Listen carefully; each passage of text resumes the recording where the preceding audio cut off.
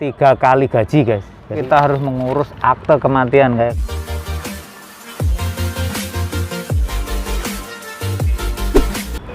Halo guys, jumpa lagi dengan kami channel TK Tawan. Di video kali ini saya akan berbagi informasi guys. Jadi buat teman-teman yang tidak tahu cara mengurus asuransi kematian, misal contohnya kita di Taiwan, terus orang yang di rumah itu misalkan ayah atau ibunya itu meninggal, kita bisa urus surat kematian. Dan di sini saya langsung saja apa sih syaratnya, jadi nanti saya akan jabarkan. Jadi buat teman-teman semuanya yang masih bingung kadang gimana sih ini cara ngurusnya, atau gimana sih nanti minta bantuan agent bisa enggak, atau bisa ngurus sendiri enggak, jadi mungkin banyak timbul pertanyaan-pertanyaan itu. Jadi di sini saya buat video ini dengan pengalaman saya sendiri guys. Jadi kurang lebih 3 bulan yang lalu yaitu ayah saya meninggal dunia, dan di sini saya langsung mengurus asuransinya guys, karena bisa meringankan biaya misalnya kayak 7 harian, kayak beli kambing apa-apa itu. Dan oke guys, langsung saja apa sih syaratnya, jadi tidak usah panjang lebar lagi. Dan di sini karena saya masih di Taiwan, jadi surat-suratnya itu harus diurus dari Indonesia, dan suratnya yang harus diurus itu apa saja. Nah, ini saya jelaskan satu persatu. Yang pertama kita harus urus itu, kita harus mengurus akte kematian kayak gini contohnya guys. Jadi yang harus diurus itu yang meninggal siapa kita harus urus, yaitu di capil. Karena posisi kita di Taiwan, jadi kita harus nyuruh orang rumah misalnya kayak saudara atau mungkin bisa nitip ke siapa. Tidak mungkin kalau kita harus pulang dulu, harus ngurus sendiri. Dan setelah kayak gini, surat kematian kayak gini, yaitu syarat selanjutnya adalah fotokopi KTP, jadi depan sama belakang fotokopi yang bersangkutan atau yang meninggal dunia kayak gini. Ini contohnya. Dan setelah itu guys, itu adalah kakak. Jadi kakak kita siapa dia ahli warisnya. Misalnya kalau ini kan bapak saya sendiri, jadi ini kakak saya. Kebetulan saya sudah menikah, jadi kakak sendiri. Dan kakak yang meninggal itu kita kasih ke capil, jadi nanti diganti kakak yang baru karena sudah meninggal, jadi nanti kakaknya diganti baru, tinggal ibu sendiri. Kalau syarat-syaratnya sudah beres, setelah itu langsung dikirim. Jadi itu saya minta bantuan saudara saya untuk ngurus, jadi setelah diurus kita langsung kirim. Jadi dulu saya kirimnya ini guys, ke pos, itu pos kilat dengan biaya kurang lebih 300.000, kurang lebih dalam waktu 1 minggu datang di Taiwan. Jadi pengirimannya ada banyak, itu misal JNE, Express, semuanya ada. Tapi di sini waktu itu saya pakai pos kilat, dan alamat sesuai, jangan lupa tulis ya, nama Mandarin dan nama asli kita dan nama pabrik.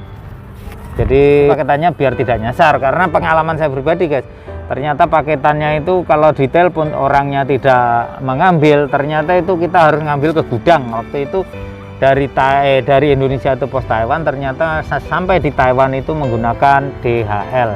Makanya DHL, terus dia telepon katanya saya tidak mengambil. Setelah itu saya sendiri ngambil ke gudang.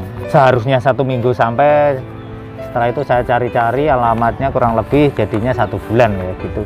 Dan setelah diproses, waktu itu saya minta bantuan ke agensi. Sebenarnya kita bisa ngurus sendiri guys, kayak surat-surat kayak gini ngurus sendiri, karena ketepaan kita ini ya kerja ya pastinya ngurusnya hari biasa, karena hari Minggu, Sabtu Minggu kan tahu sendiri kalau di Indonesia saja pegawai negeri kan juga libur, jadi Taiwan sama saja. Jadi saya minta bantuan agensi. Sebenarnya juga ada agen khusus ngurus gitu guys.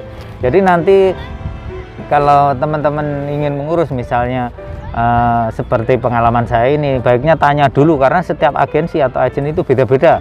Yang minta uang ada yang 10.000, ada yang sampai 15, kan kadang ada yang sampai 20.000 guys. Ini saya bicara kayak gini karena pengalaman saya ini, saya tanya pada teman-teman saya yang sebelumnya itu saya juga punya teman yang bapaknya meninggal di sini. Saya tanya ada yang kena 20, ada yang kena 15 kayak gitu.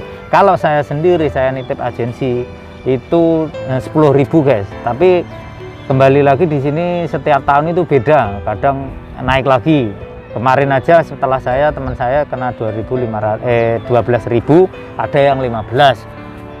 Dan surat kita mencairkan asuransi kematian ini sebenarnya itu biarpun jangka waktunya lama, selama kita di sini itu bisa guys, itu hak kita. Jadi kita mencairkan itu bukan kita itu mata duitan, karena itu hak kita, karena hak kita dari TKI, kita datang ke Taiwan kita ada asuransi seperti ini.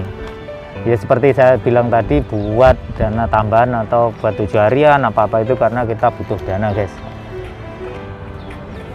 Dan setelah itu kalau kita udah surat-suratnya kayak gini ya, nanti kita itu diminta suruh fotokopi, yaitu fotokopi ARC kita yang di Taiwan. Setelah itu buku tabungan atau buku rekening yang ada di Taiwan, ya seperti setiap bulan kalau pekerja pabrik contohnya kayak rekening kantor pos atau rekening bank biasa kayak gitu, kita fotokopi dari luar dalam. Jadi pencairannya itu bukan dari agensi kita dikasih tunai, nggak kayak gitu. Jadi cairannya itu langsung ditransfer, jadi uang itu masuk. Jadi setelah waktu itu proses kurang lebih surat-surat udah beres, uang itu masuk ke rekening saya kurang lebih dalam waktu 1 bulanan guys. Jadi cepet banget. Setelah diproses nanti ada surat langsung menuju ke pabrik kita, nanti kita tanda tangan. Setelah itu kurang lebih dalam 2 minggu 3 minggu uang itu cair.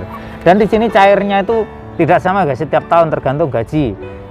Pengalaman teman saya kemarin, dia dapat cuma 50, itu potong 10.000 buat bantuan agensi ngurusin. Dan kalau saya sendiri itu kemarin kurang lebih mendapat 72.000 guys. Jadi 72.000 dipotong buat agensi 10, jadi menerimanya 62. Ya alhamdulillah, nanti kan juga buat meringankan biaya guys ya. Jadi seperti yang saya bilang tadi, setiap tahunnya itu kalau dia gaji naik, jadi intinya naik. Saya hitung jadi 3 kali gaji guys. Jadi ingat-ingat 3 kali gaji. Teman-teman kalau yang masih bingung juga bisa komen, nanti saya kasih tahu agen saya kemarin juga bisa ngurusin kayak gitu. Dan mungkin cukup dulu guys informasi kali ini tentang pencairan asuransi yang ada di Taiwan. Semoga informasi ini membantu dan mungkin teman-teman bisa berbagi share biar teman-teman pada tahu semuanya yang punya pengalaman seperti saya. Dan sampai ketemu lagi di channel TK Taiwan, channelnya para guru TK yang kerja di Taiwan. Sampai ketemu lagi, bye bye.